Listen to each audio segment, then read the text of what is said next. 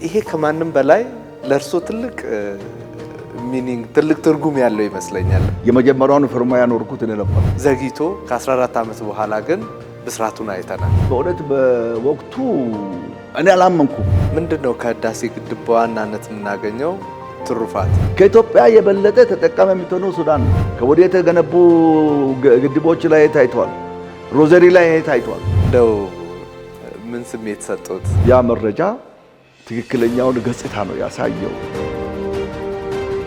ግድቡን እናፈርሳለን እስከ ማለት ድረስ የደረሱበት በጣም አደገኛ የሆኑ ነገሮች የመጡበት ነው። በጣም ሰይጣናዊ የሆነ አስተሳሰብ የመነጨ ነው። እኔ በራሴ ሪሰርች የደረስኩበትም አንዱ ድምዳሜ ይሄ ነው። መቋቋም በጣም ከባድ ይመስለኛል። መሪ በእኛም ላይም የበላይ ሆኖ መታየት የሚፈልግ አይነት ባህሪ ነው እያሳየ ነበረው።